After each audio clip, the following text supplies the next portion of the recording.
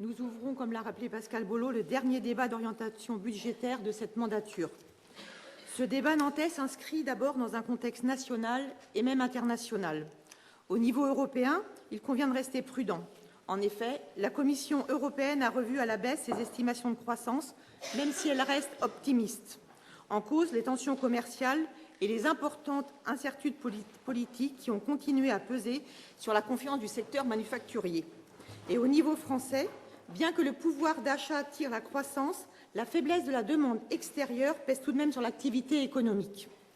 À noter toutefois au niveau national un taux de chômage qui est bon, comme l'a rappelé Pascal Bollot, et comparativement sur le bassin nantais, il faut aussi rappeler les bons chiffres de notre commune. En effet, nous avons le deuxième taux de chômage le plus bas après notre voisine, la ville de Rennes. Notre territoire a pu enregistrer une croissance régulière de l'emploi et il faut remarquer aussi pour la première fois une croissance de l'emploi industriel et c'est 10 000 emplois salariés privés qui ont été enregistrés depuis plus d'1 an. Quant aux taux d'intérêt bas, ils sont partis encore normalement pour durer au moins 1 an. Quant aux prévisions d'inflation, elles restent également basses fin 2019 et malgré la volonté de la Banque centrale européenne qui tendrait à vouloir un taux qui tend vers les 2%.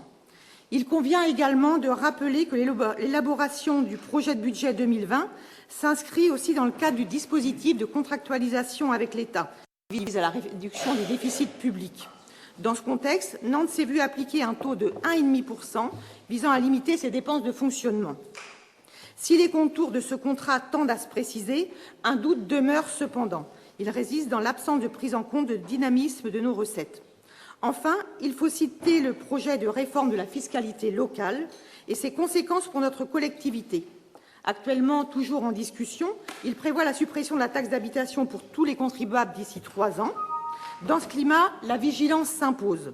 En effet, une inquiétude subsiste encore quant à la compensation que recevront les communes en contrepartie de ces recettes fiscales. Elles devraient recevoir le produit de la taxe sur le foncier bâti des départements, complétée nationalement par une dotation de compensation. Reste que l'indexation de celle-ci pourrait peut-être pénaliser certains territoires, donc prudence encore. Mais ce contexte posé, le DOB, l'intérêt de ce document, c'est aussi de rappeler nos politiques publiques pour l'année à venir. Politique où la nécessité de faire jouer la solidarité dans notre cité, et ce au nom des principes de la République et du vivre ensemble, demeure plus que jamais d'actualité.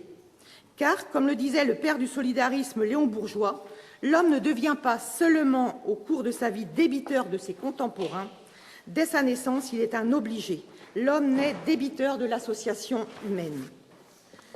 Donc c'est notre volonté de faire de ce service public robuste et véloce pour œuvrer, pour agir au plus près des attentes des quotidiennes de nos citoyens.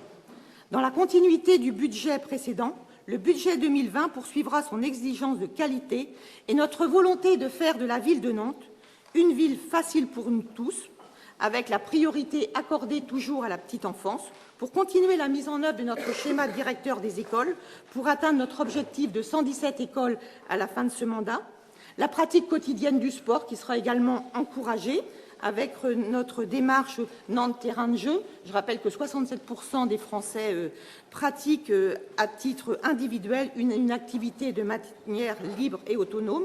Donc ces pratiques sportives libres seront encouragées et investiront l'espace public dans ces nouvelles années. Nous voulons une vie juste, solidaire et citoyenne. Nous poursuivrons l'amélioration et le développement du logement des Nantais. Je rappellerai les 4 grands projets qui sont faits en lien avec l'ANRU, que ce soit le Grand Bellevue, Nantes-Nord, Bautières-Pinsec ou encore d'Hervallières. Le soutien toujours à nos aînés, le renforcement de l'accueil des personnes en situation précaire. Et je rappellerai aussi notre grand et beau projet de cette fin de mandat, l'ouverture du centre de ressources et d'accueil post-traumatique pour les femmes victimes de violences pour elles et pour leurs enfants.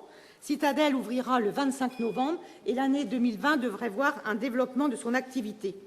Une ville enfin sobre et durable qui contribue à maintenir un cadre de vie naturel grâce à ses 1000 hectares d'espaces verts et ses 101 jardins avec l'ouverture il y a 15 jours de notre merveilleux jardin extraordinaire qui voit défiler pas mal de Nantais et autres depuis 15 jours. une ville ouverte et active, avec des actions de proximité dans les quartiers nantais et des actions du dynamisme de notre centre-ville. Également, une ville...